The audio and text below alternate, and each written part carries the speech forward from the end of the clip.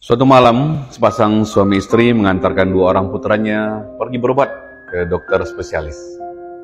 Karena pasien sang dokter banyak, baru bisa bertemu dengan sang dokter.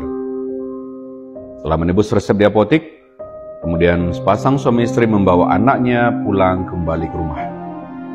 Jarak yang harus mereka tempuh lebih kurang 83 km. Malam itu hujan gerimis dan jalan licin. Sembari makan malam di sebuah restoran, sang suami bilang sama driver agar berhati-hati karena sepertinya cuaca sedang tidak bersahabat. Perjalanan dilanjutkan. Awalnya perjalanan dengan kendaraan minibus ini terasa sangat nyaman. Sampai akhirnya sepasang suami istri bersama kedua putranya terlelap dalam tidurnya di dalam mobil. Namun menjelang pukul 24.00 sebuah tragedi terjadi. Mobil minibus melaju dengan kecepatan tinggi dan tanpa sang driver menyadari, mobil melintasi genangan air yang cukup dalam dan hal ini membuat mobil tidak bisa dikendalikan. Karena kaget, sang driver banting setir ke kanan dan membuat mobil langsung terbalik.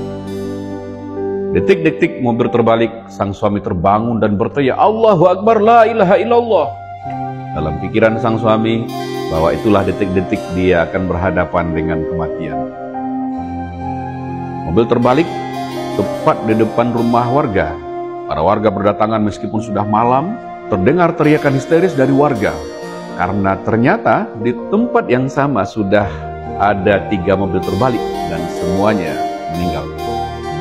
Maka warga yang berdatangan berpikir bahwa penumpang yang berada dalam mobil juga mengalami nasib yang sama. Suami langsung keluar dari mobil dan satu persatu mengeluarkan anak-anak dan istrinya dibantu oleh warga. Melihat suami istri dan anak-anak serta driver keluar dari mobil dalam keadaan sehat-sehat, warga tercengang. Jangankan luka berdarah, gores sedikit pun tidak. Sang suami memeluk anak-anak dan istrinya sembari berucap, "Anak-anakku, Allah selamatkan kita. Ucapkan Alhamdulillah nak," ujar sang suami dengan suara bergetar sambil membayangkan peristiwa apa yang terjadi sebelum mobil ini terbalik.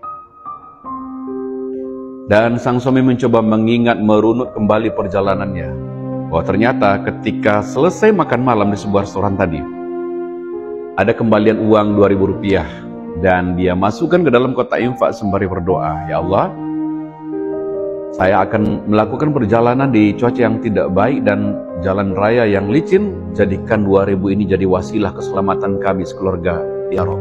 Dan uang itu dimasukkan ke dalam kotak infak.